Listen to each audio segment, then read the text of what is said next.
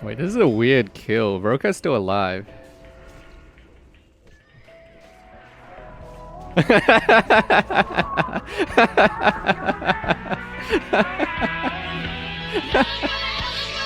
Good times.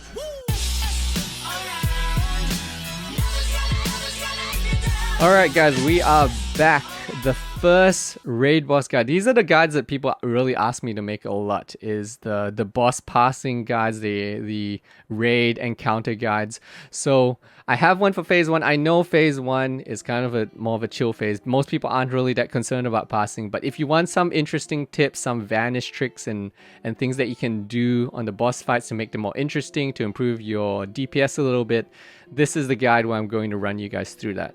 As well as that, I am releasing two things. So one is the PvE week aura that I had previously for patrons only. That's going public, so everyone can grab that now.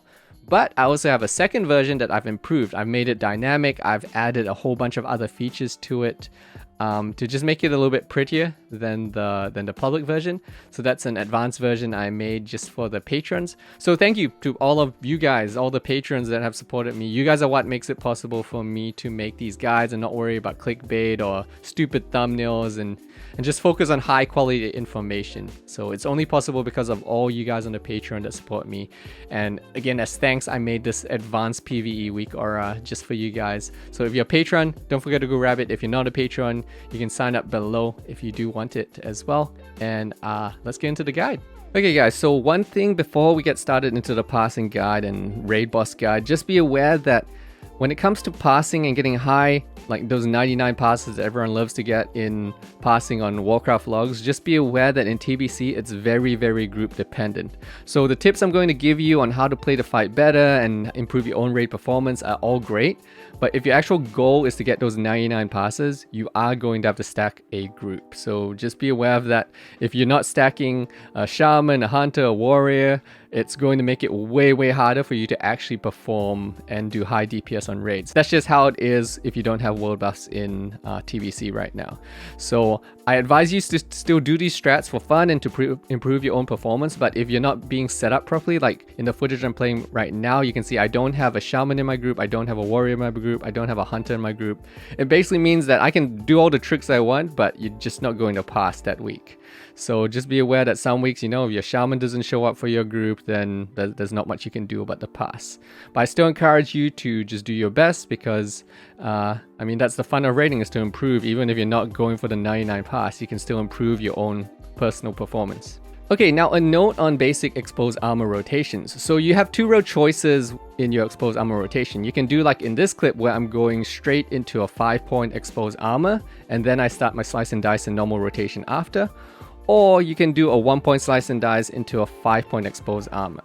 Now both options are valid. Your goal should always still be to get exposed armor up fairly quickly, ASAP in some cases, but the more hardcore your guild, the more they'll want you to get exposed armor up earlier, and the less hardcore, the more they'll be a bit more lax and you have a little bit more time to get exposed armor up because they're not going to be pushing for world number 1s or anything like that. So phase 1 is pretty chill. What most rogues right now are doing a 1-point slice and dice into a 5-point exposed armor rotation. So that just means you do your Sinister Strike, slice and dice, and then you get your 5-point exposed armor up after that. And that's fine. That's in general, most guilds aren't hardcore enough to want you to push and Thistle Tea on the opener to just do a 5-point expose right away. So most rogues are able to get away with just a standard 1-point slice and dice into 5-point exposed armor for your opener.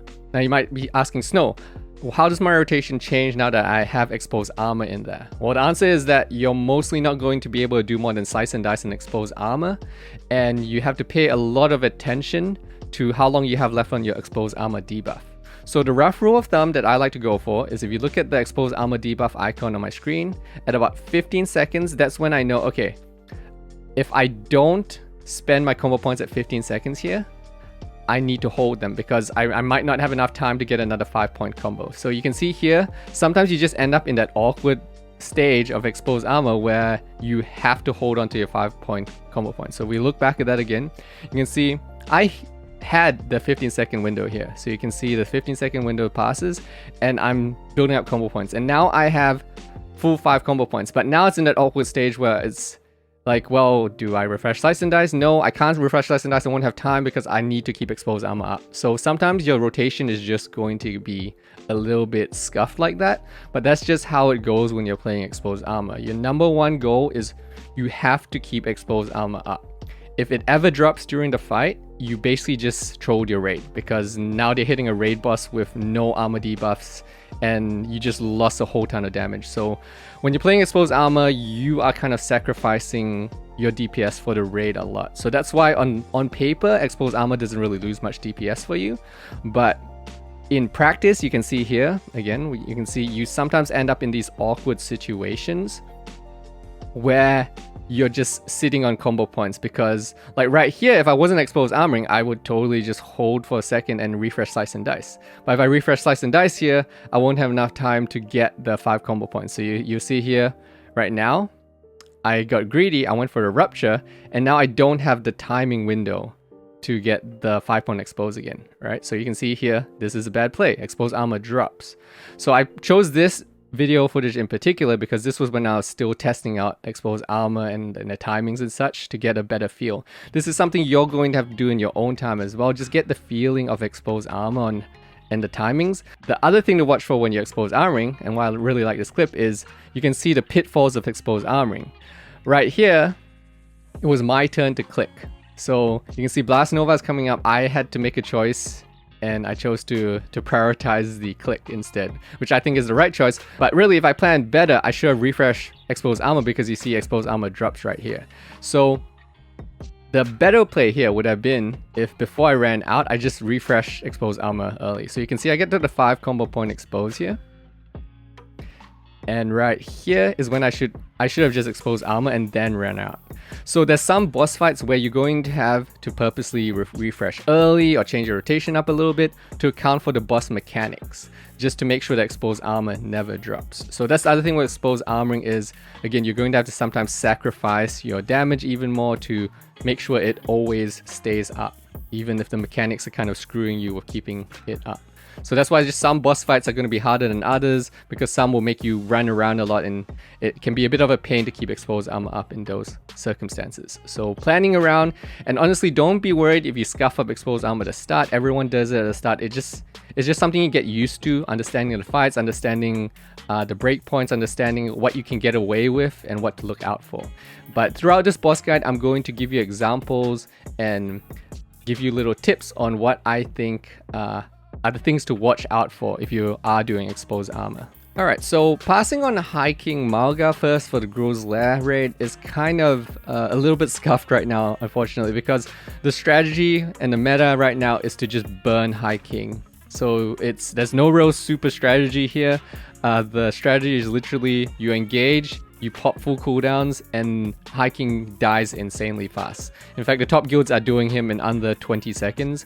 Even the non-good guilds are doing him in maybe 45 seconds or something like that with the strategy. So it's leading to a boss fight that doesn't really even feel like a boss fight. You're basically just going in, popping full cooldowns and going ham. Now, the main thing to keep in mind for the hiking Maulgar fight is that when you do go in, and if you are exposed armoring, that's fine. You can do exposed armor as normal, but just watch for the whirlwind. So if you are exposing, you do have to be aware that, okay, he's going to whirlwind sometimes. You're going to have to account for it. It's going to be a little bit scuffed if he's whirlwinding right when your exposed armor is about to drop off. But it's just something that you're going to have to get used to for this particular fight. So for hiking Maulgar, it's pretty much just tank and spec. If you're not exposed armoring, it's even easier. You literally just engage and go right in and burn your cooldown. So you can see here, I played super dangerous right here because I wanted to get that exposed armor refresh. So you can see exposed armor was falling off, but I wanted to refresh it. So I purposely stayed in, took an AoE, popped evasion and panicked and ran out. But one thing to note, that if you do want to try evasioning, it does work. So for example, right here, I could have just popped evasion and stayed in, but it doesn't always work. So the main strategy for hiking Maulgar is that you can stay in when he's whirlwinding by popping evasion, but there's still a pretty decent chance that you get hit through it. It only takes one whirlwind to get through to almost one-shot you usually, because rogues right now do not have a lot of agility on their gear compared to in old classic where you could evasion cap basically and be invincible to physical when you hit evasion. Right now you don't do that when you hit evasion, so even though you have a high chance to dodge, there's still a decent chance that you get hit through the evasion. So just be aware that if you are trying to use the evasion strategy to stay in when he's well winning, there's a fairly high chance that you're going to get hit through it. So do that at your own risk. Okay, so the main thing to remember at the start of the Gruul fight is that you want to usually use your 2-minute cooldowns at the start.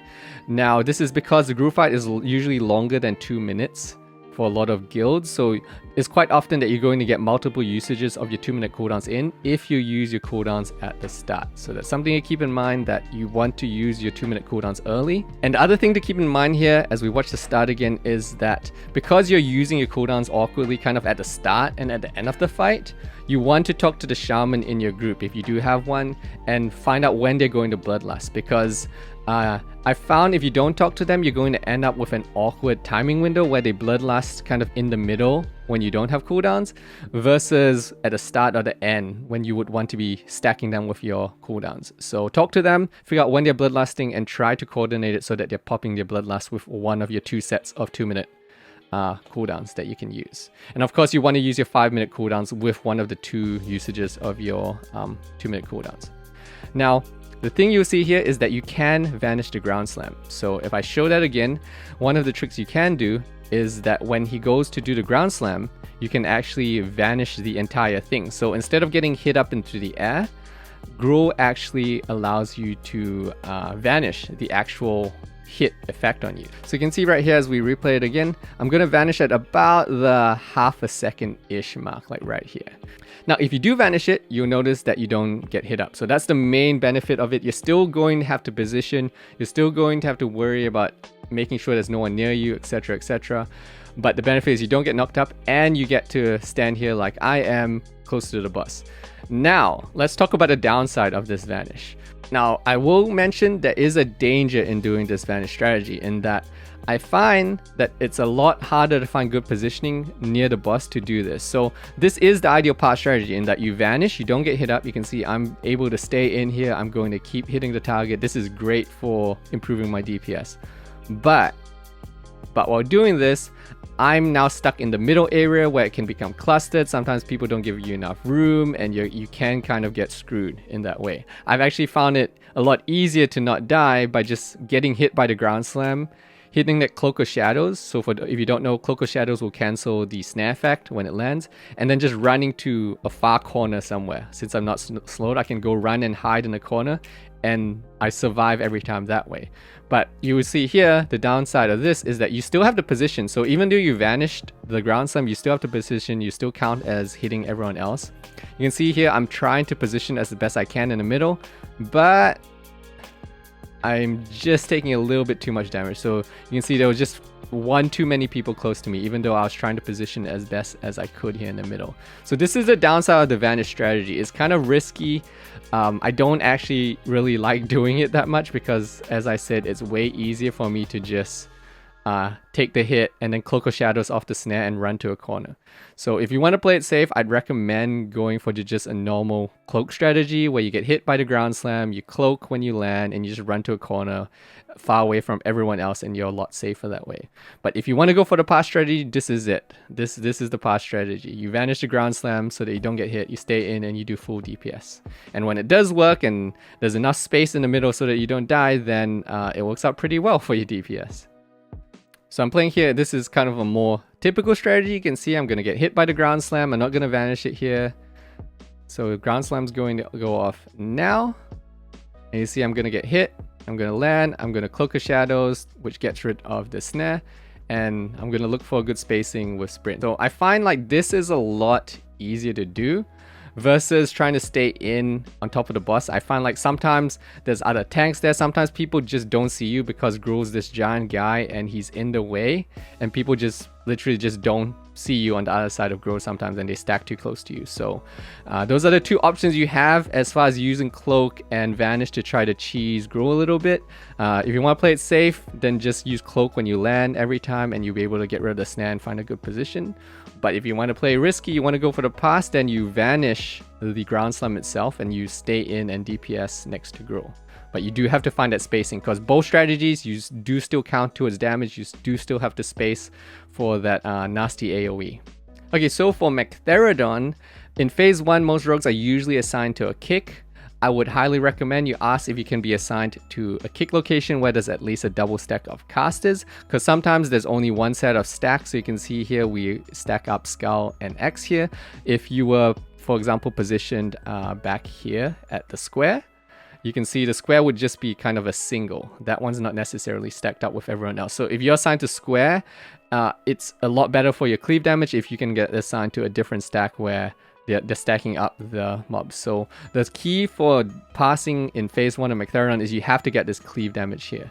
Now, it's important that you don't neglect your kick. So you still don't neglect your kick, but you can see there's always like a small window at the start. I found at the start of Magtheridon, when the ads are still stacking up and such, you have this window before they cast Shadow Bolt where you can get your cooldowns up. You can get your drums up, you get your slice and dice up, you get your blade flurry, adrenaline rush, you T. I would actually recommend you use all your cooldowns. You use adrenaline rush, you use even your haste potion if you want during this phase, because you get some crazy cleave damage at the start. This is a huge amount of cleave damage you get.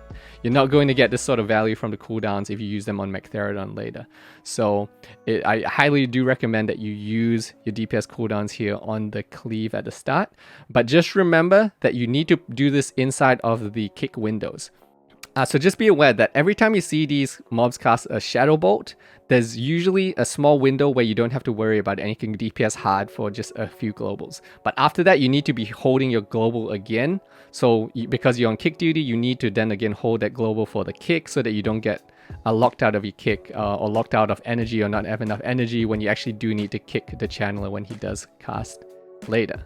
Now, one other tip I will give for the start here is that you really want to use evasion at the start quite often. I found that it's really easy to pull threat. You can see I pop evasion as I'm doing my full blade flurry combo and everything else right here, because the blade flurry is super aggro intensive sometimes, and there's actually a bug right now where sometimes when you vanish, and that's another tool you can give, is you can vanish in the middle of the flurry if you're finding yourself way too high in threat after your evasion falls off. You can vanish, but sometimes it doesn't clear the threat fully. So yeah, just be aware that you have two tools. I highly recommend you pop evasion at the start if you're going to flurry, and then if you still are worried about threat, then throwing a vanish at the end of your flurry, just so that you don't get one shot by these channelers that hit really hard actually. Now, next thing you can do, I'm not doing it here because I had a flask going. I didn't want to cancel the flask when I was going into Karazhan after this. But if you want to fully min-max this, you would use an agility potion at the start here for these phase 1 mobs. And then kind of in between, so after you kill all of these channelers here, and you're going onto Magtheridon here, you actually want to click off the flask or remove the flask and swap over to an elixir of demon slaying, because that's more DPS. So if you're super min-maxy, that's what you want to do. So you want to use an agility potion for the phase 1 and then swap over to an elixir of demon slaying for phase 2. Now, the big thing with Magtheridon that I highly recommend if you want to do exposed armor is get assigned to be first clicker. It makes it way easier. If there's another rogue on the raid, then this is another strategy you can do, which is you can rotate the exposed armor. So one person does it before the click and one person does it after. But do be aware that the clicking is going to interrupt your exposed armoring. So just be aware that you need to account for the clicking in between everything. So what I'd recommend is if you want to expose armor on Magtheridon, be assigned to be the first clicker, so that either you just don't expose until after you click, or you just get it out of the way early so you're not interrupting your rotation later in the round. But the easiest way to do it I found is to just hold off exposing. Just let the warriors do your sunders and everything for the first phase before you click, and then get the click in, come back, and then do the expose. So you can see here I'm kind of doing the opposite, where I wanted to test out exposing right from the start, so I did that. But you can see the danger of this is As you can see, I'm going to run back in a sprint and just barely get the expose back up in time. So again, the danger of exposing a Magtheridon is that if you have to click, you're going to go out, you click, and then expose armor drops, and there's nothing you can do because you can't leave your click location. So that's just something to be aware of with Magtheridon. If you can, you might want to sacrifice your DPS a little bit and refresh expose armor, 5-point expose armor just before you need to run off and click. That's usually the safest way to do it. You can see if you don't, then it becomes really sketchy, and sometimes you just barely get back in there before it falls off. So yeah, Magtheridon, outside of that, very easy expose armor mob. It's just the clicking thing. Again, be assigned to first clicker if you want to expose armor. It makes it a lot easier on your rotation. So one note on expose armoring when you're going to Karazhan is that I find most guilds are a lot more casual in Karazhan. They don't really mind whether you expose or don't expose because it's more of a casual 10-man atmosphere. It's not a 25-man raid where they're bringing you with the specific choice of making the raid boss die faster. Karazhan is kind of feels a lot more like a group instance, a slightly harder group instance, and for the most part, I find that most rogues will be given a choice whether they want to do it or not. No one's going to give them a hard time for not exposing in Karazhan because it's a lot more relaxed. So yeah, just if you want to take a break from exposing, Karazhan's the place to do it. You can pump, you can do some passes and not worry about exposed armor and keeping that rotation going. I found it's a lot more chill, and it's your time to get away from exposed armoring if you're tired of exposed armoring on raids. Okay, for Attumen, you want to hold your cooldowns until after the boss splits. Looking at the kill times for most guilds, it's very unlikely that you will ever get more than one set of cooldowns unless something went wrong with your Attumen kill. So you can see right here, they split. That's when you want to get your cleave up. So you actually want to, on the engage, just focus on getting your slice and dice up. You can get your drums up and going. And then you want to enter into this next phase with a nice big slice and dice. And then you want to pop full cooldowns. So you want to pop everything with your, like your Blade Flurry, your Adrenaline Rush, your T, whatever else you want to do. And that's all in phase 2 because you want to basically min-max your cleave damage here if you do want to go for the pass. You're maximizing your cleave. And again, if you don't already know, anytime you're cleaving and you're faced with a choice between eviscerating and any other finisher, eviscerate just always wins, just because when you're cleaving it doubles your damage and such. It's better for you to use eviscerate over pretty much any other finisher. That's why if you can, try to get a nice juicy slice and dice up so that you don't lose slice and dice time if possible when you're cleaving on Attumen here. The other thing you want to keep in mind is talking to your shaman, and this is what I did not do appropriately in this fight, is when you're burning cooldowns at the start like that or early on in the fight, the shaman might not know that you're doing it, or they might be burning later. Just let them know that if you want to pass, you're going to want them to burn it when it splits. So you actually want the shaman to pop it at the start, or at the start of this phase 2. You want to pop your Bloodlust with everything else. You can see this is why I actually did an Adrenaline Rush. I was waiting for the Bloodlust, but the Bloodlust never came, so I got into that awkward spot in this particular video where I just had to just blow Adrenaline Rush because yeah, it was missing. So this is why you really want to talk to your shaman, and that way you can pop your Adrenaline Rush, you get your Blade Flurry, you get your Thistle Tea, you get Bloodlust, everything going off when you have this nice juicy cleaving. And that's really the key to passing on Attumen.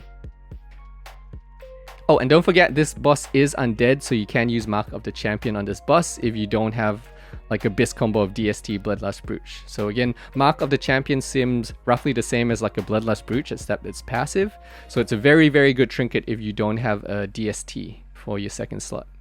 Now, as far as exposed armor on this fight, just a standard boss, nothing fancy with the mechanics. Just make sure that if you're exposed armoring here, that you're exposed armoring on the mob that everyone's hitting. For example, in this phase 2, don't run off and expose Attumen when everyone is DPSing the horse, because obviously that's kind of worthless. Make sure you just expose armoring the mob that everyone's hitting if you do want to run exposed armor here. Okay, now some additional tips for Attumen is, one, if you get the debuff, you can see right here, I have the Intangible Presence debuff on me. I could have actually cloaked on this. Right now it's a little bit tilted because we didn't time the Bloodlust properly, and I got into like a bad situation with my Adrenaline Rush. But you can actually cloak this, so if they're being a bit slow about removing this from you, you can just cloak the debuff and continue about your day. So yeah, just be aware that you can just cloak this debuff off. And the other thing is, in between phases, when they're swapping in between phases and threat gets a little bit bit funky, you can just throw an evasion in there. So that's something I would recommend that you do, is if you have evasion up and it's not already burnt, sometimes I'll burn it early because if I'm scared about threat. But if you still have it up and it's swapping in between phases, you can pop an evasion if you're worried about pulling threat in that mid-phase swap phase. Okay, now let's talk Moroes. Moroes is basically just a burn fight. The fight is so insanely quick now for most people, and most people aren't even really doing the mechanics for this fight anymore. It's mostly just become a burn fight, even for the non-hardcore guilds. Typically, they're going to shackle 1 or 2 mobs depending on if you have a priest or not. But if you don't, it's pretty much just going to be a burn regardless. But regardless of whether you do or don't, most guilds still do the burn strategy where you pull whatever isn't shackled and you just AoE them down. Typically, you're going to be on one of the female casters. You want to be kicking heals if you see the heals come. So you're going to see here that I'm actually going to pop my full cooldowns and I'm going to be cleaving, but then I see the heal going off. So I actually swap to kick. So don't forget to kick. You still have the job of kicking unless someone else is assigned to it, but usually the rogue is assigned to kicks. So you can see I swap targets here and kick. So you still need to do your job, but this burn phase is basically just pop full cooldowns, get slice and dice up, and just cleave everything down. That's how you get a pass here. Now again, always use eviscerates when you have cleave up because rupture doesn't spread to multiple targets. If you have blade flurry up, you always want to use eviscerate as your finisher.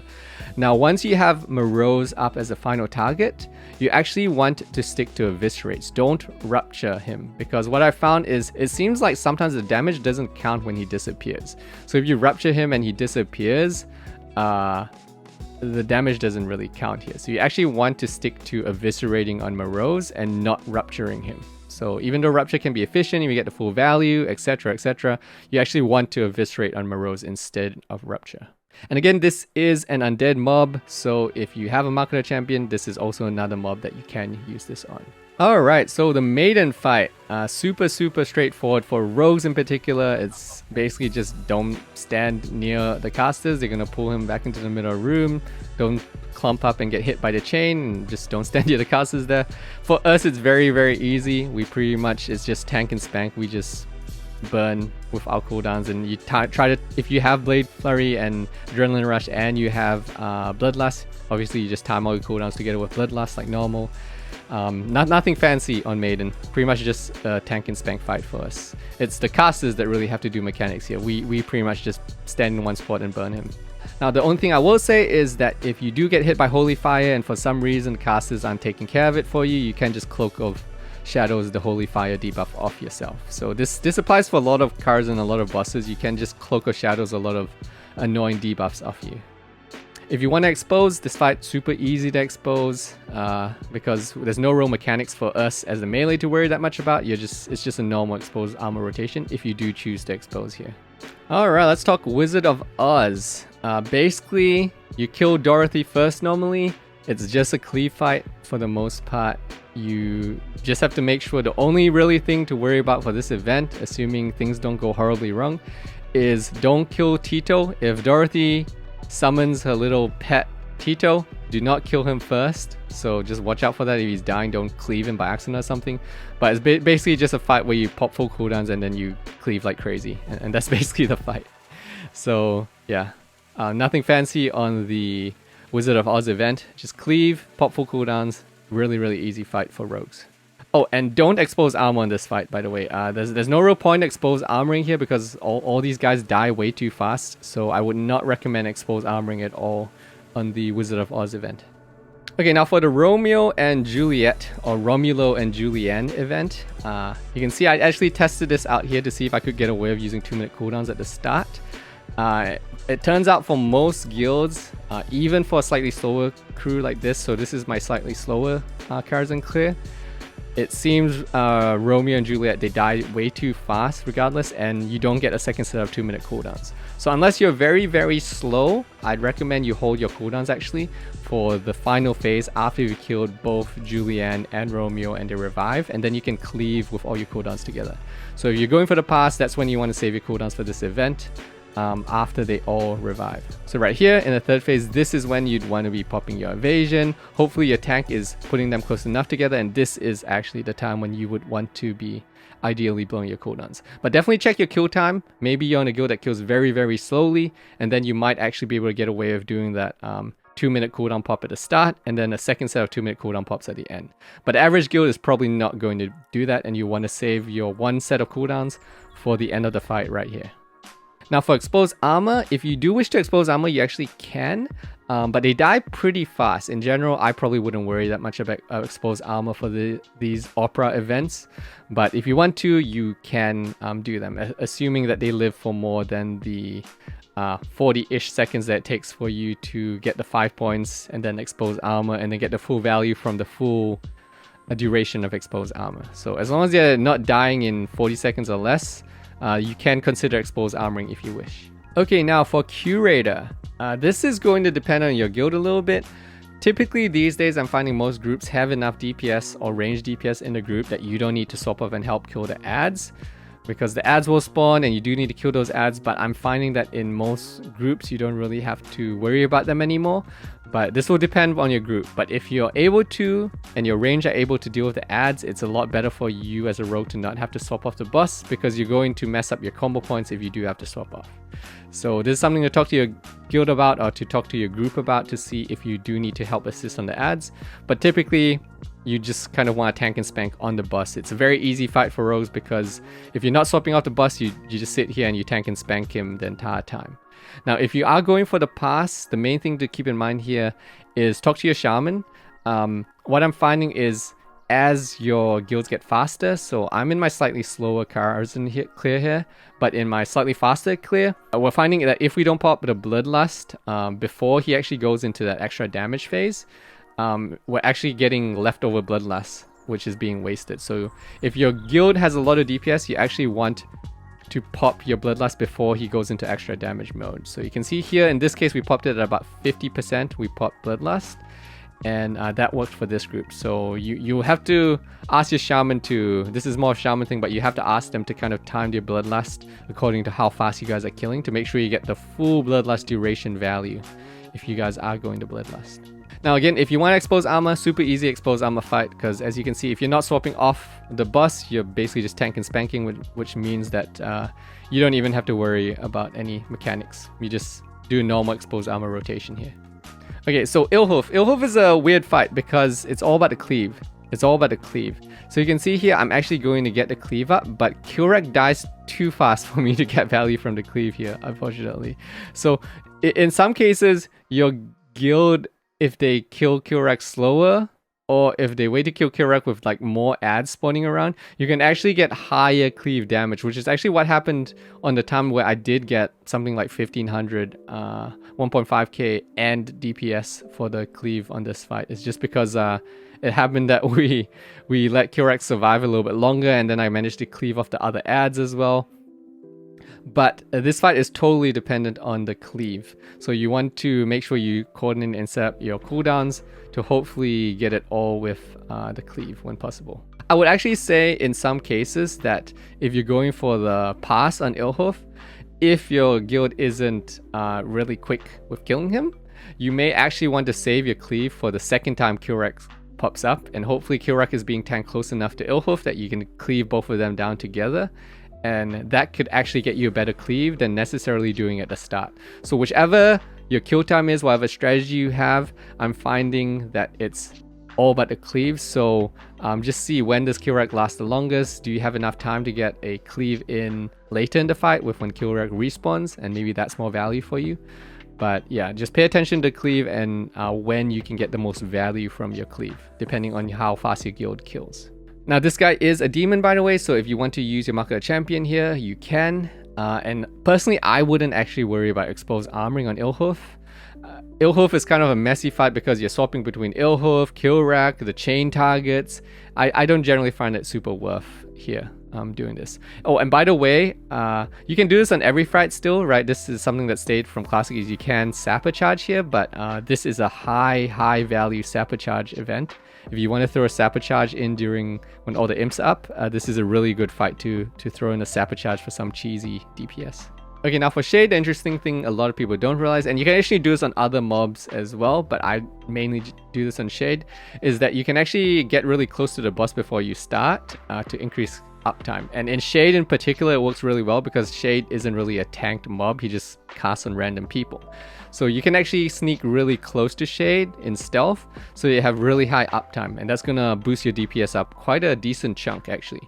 So I would recommend that if you can, you get really close to Shade at the start and just run in there. Actually, I could have even done it even faster. I could have even just dropped stealth here and just run in when they made a call to go in. So yeah, try to get extra uptime by sneaking closer to Shade in stealth before the fight starts. Now, as far as actual passing tips, you want to check your kill time. So depending on how fast your guild kills Shade, you may or may not. He's kind of a borderline boss where I find some guilds just kill him a little bit too fast to get 2 sets of your 2-minute cooldowns in, and some guilds don't.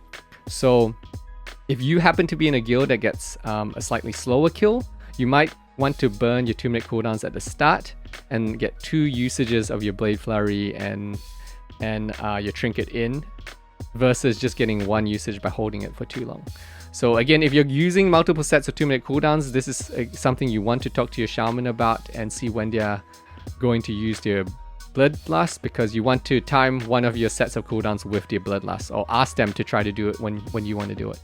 Okay, now the next thing with Shade is when he goes for his Arcane Explosion, you have 2 options. You can actually vanish it, but generally I don't really recommend it unless you're super confident in it.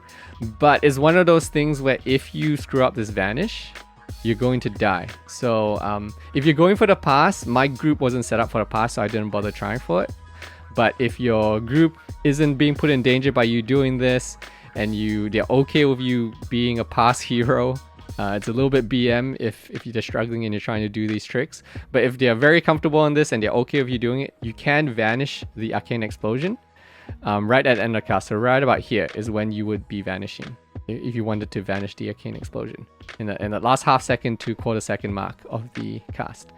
Now the other option is what I did here, is this kind of the safer way to do it, is that you can actually just save your sprint, and I could actually stayed in even longer. So you actually stay in longer because you can break the slow anytime you want, stay in and get extra DPS, and then sprint and get out. So it actually only takes you maybe a second or so to run out, so you can cut it pretty close depending on how safe or rather unsafe you want to play the sprint game on this one. Now, of course, the other thing is with Flame Reef is when he casts it, you want to try to make sure you're positioned next to him before it finishes casting, so that you can obviously DPS throughout the entire Flame Reef. Otherwise, you're going to be stuck out of range of him just standing there staring at him, which isn't good for your DPS. Now, one thing people ask me a lot is, can you Cloak of Shadows the Arcane Explosion? You cannot. So do not try, by the way. Do not try to cloak the Arcane Explosion. It doesn't work. And the other thing as well is, do not try to expose armor Shade. He has too little armor, so exposed armor is actually not helpful on this boss. Okay, now for the Netherspite fight, the strategy here for passing is actually to just get assigned the green beam into blue beam, or blue beam into green beam. Either of those 2 combinations is the way you want to do it. Because the green beam reduces the cost of your energy abilities, which as a rogue is all your DPS abilities. So it means it's going to be way cheaper for you to spam those Sinister Strikes on Netherspite. So your goal is to get green into blue or blue into green. Those are the usual 2, and that's roughly the amount of phases that most guilds have. But you basically just want to rotate. If you have a third go at it, then you want to go green, blue, green, or blue, green, blue. But those are the 2 best beams to be getting. And when you get green beam, you want to pop everything if possible, coordinate with your shaman, and even pop Bloodlust if possible, because you're going to be pumping when you have the green or blue beam on you. Now for strategy with the green beam, you don't have to worry about dying. It's not a bad one. The blue beam, once you get to that 25-30-ish mark on stacks, it can kind of really hurt. So just be aware of that. You might want to swap off at about the 25 stack mark or so, depending on how much HP and how much healing your group has if you're doing blue beam. But green beam, you can just stay in there the entire time and just pump. Now the only other thing you want to watch for really here is if your guild is doing the run out strategy, which my guild is doing here, is you want to watch your slice and dice timer. So you can see it's you try to time your slice and dice timer to be roughly when the portal phase starts, so that I don't waste too much time on my slice and dice uptime. so that I don't refresh like a 5-point slice and dice just before I have to run out. Because this is a strategy a lot of guilds are doing where they just run out in between phases. But obviously if your guild doesn't do this run out strategy, then don't worry about that. But just watch your slice and dice timer if you guys do run out, so that you just don't waste like a big 5-point slice and dice and then run out and just waste that entire combo. Now, if you do want to expose armor on this boss, you can. That's perfectly fine. Just be aware that because if you're doing this run out strategy, exposed armor is going to drop a lot. So in this case, for example, if I was running back right now and I was exposed armoring this kill, I would run in, get 1 point more to do a 5-point and expose straight away. So yeah, just depending on if you're doing exposed armor, you might want to save some combo points so that when you come in again, after exposed armor has dropped, you can just drop another exposed armor right there. So that's the only tricky part of the rotation. Apart from that, it should be fairly straightforward. Okay, now for the Prince event, there's a few fun things you can do on this. Firstly, the tank needs to position him well. So you can see a lot of people like this particular position because you can see the nook to my right here is where you can hide for the enfeeble. So if you get enfeebled, you can run around the little corner here and hide from the AoE instead of running really, really far away. So this is the first thing, is you want your tank to position him well here. Now, depending on your kill time, if you want to check this, you might actually want to pop your cooldowns at the start. So you can see I actually pop my 2-minute cooldowns at the start here. This is something I usually do on Prince, is as soon as we engage, I pop my 2-minute cooldowns here because the fight tends to be longer than 2 minutes 30 for most guilds, which means I'm going to get 2 good usages of my Blade Flurry and my Trinket. So just be aware, if you have a longer kill, you can usually get two cooldowns in, and you want to coordinate that with your Shaman as well. Now, the tricky thing here with your Cloak of Shadows is, yes, you can Cloak of Shadows the push away AoE that kills people when you get enfeebled. So you can see here, I'm going to Cloak of Shadows this AoE that's about to come out. So Shadow Nova comes out, I Cloak of Shadows it, I don't get hit.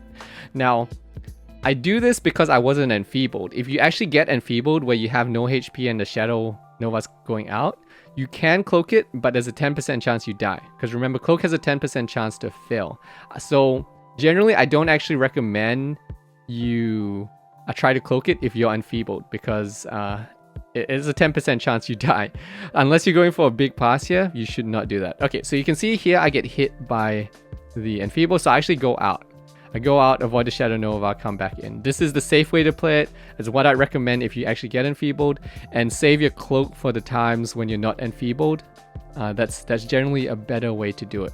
Another way as well is, instead of this where you can see I get enfeebled and run out, you can actually stay in. If you're not enfeebled, you can stay in front of the boss, like where the tank is, and that way you don't get hit away. Now this will cause parry haste to the boss. If you do that, but some people just don't care about the parry haste. If your tank's very well geared, you have good healing, you might not even care if Prince gets parry hasted, especially in the earlier phases. Now, the other trick you can do here is you can vanish the Shadow Nova as well. Just like any other ability, in the last half second to quarter second of the cast here, you can see my DBM timer is going to go off and I'm going to vanish here. So I'm going to vanish this Shadow Nova just at the end of the cast, and it's going to not hit me. Now, whether you should do this or not is another question. You can see normally I would never do this on an enfeeble because it's kind of risky. If it's just like, if I lag a second or something bad happens with my timing, then I die horribly. So usually it's not actually worth, but you can see right here I was actually pumping. I had full cooldowns popped. So I had the Bloodlust, I had the Adrenaline Rush going, and I didn't want to lose it. So this was like a little bit of a greedy play here where I chose to vanish it. But just keep that in the back of your head that you can vanish this. So typically I tend to do this either if I don't have Enfeeble and I just don't have Cloak either, then I go for the Vanish play. Or sometimes I save it for an emergency. Sometimes you just have a really bad Infernal that kind of blocks you in on both sides and there's no way you can run. Then you kind of want to, you might have the hero vanish to save yourself because you can't run far enough away. So yeah, just keep in mind you can vanish. It's a tool you can use here if you want to play around with that. Now the final thing is he is a demon. So if you want to use your Mark of the Champion, you can on this fight. You can see I'm using Mark of the Champion here with my Bloodlust Brooch because this rogue here doesn't have his DST yet. Hopefully Friday, fingers crossed. But yeah, he is a demon, so you can use Mark of the Champion. Now, if you want to expose armor on Prince, you can. Just be aware that because you're running in and out with these annoying Shadow Novas and Enfeebles and such, and bad Meteor RNG, I don't particularly like actually expose armoring on this guy ever, because it's just a pain with running in and out and feebles and all of that. It gives you the risk of exposed armor dropping at times. So you can do it, but just be aware that you might have times when you have to do like a really early exposed armor, just because the rotation gets a bit screwed up by enfeebles and shadow novas. Okay, now for Nightbane, there's kind of two strategies you can do depending on how bold you're feeling. So the first strategy is right here. You can actually just pop your full 2-minute cooldowns because everyone's Nightbane is typically long enough that you're going to get multiple usages of your 2-minute cooldowns. So I actually like a lot of Nightbanes are actually longer, so you can actually even pop your 5-minute cooldowns here and get a second set at times. So that's one path, is right here you pop everything and you have a second set to pop later as well. So that's one strategy. But the second strategy, which I'll show you in this VOD, is where you actually pop your other cooldowns, but you save Blade Flurry for the ads. So you can use your Adrenaline Rush if you want, you can even use your Trinket, but you actually save Blade Flurry and Cloak of Shadows for the ads.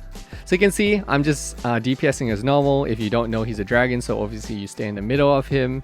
And if you happen to get an AoE on you, like the burnt ground, you just run to the other side of Nightbane, right? Like right here, you get a charred earth, run to the other side, it's fine. So it's a pretty easy mechanically fight for us on the ground phase.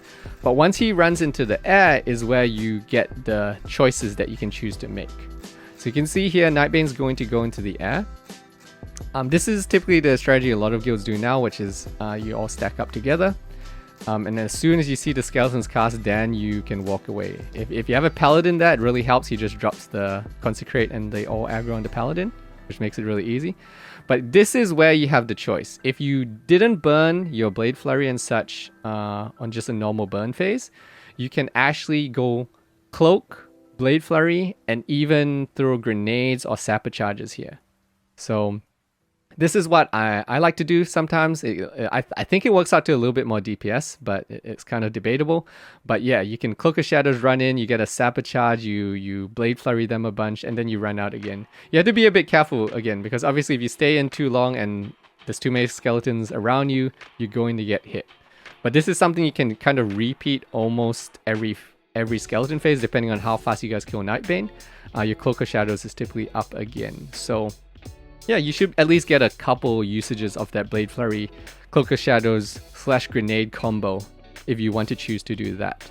The other alternative is you just don't really do anything on that ad phase. Some guilds have the melee just stand completely out, and if they choose to do that, there's nothing much you can do. You just twiddle your thumbs in the ad phase. But if they do allow it, you can use Cloak to your advantage there, like you just saw, where you can see me here cloaking, running in with Blade Flurry and throwing in a sapper as well. Now, if you do want to do exposed armor, you can. It's perfectly fine. It's a pretty standard exposed armor fight, because once he's on the ground like this, it's just a fairly normal rotation for you.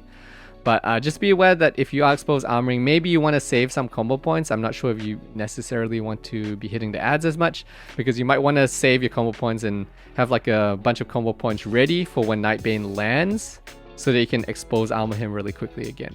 So that's the only thing to keep in mind if you do choose to expose armor on Nightbane. Alright, so I hope those tips helped you guys out. If you want to help support the channel again, I do have a set of PvE week auras that are being released publicly now. So there's one set that's going out public to everyone, and another set that's dynamic and fancy that I made for the patrons as well. So you can find those on the link below. You can check those out, and again, patrons get access to that as thanks for supporting me. So yeah, take care guys. I will see you guys in the next video. Have a good one.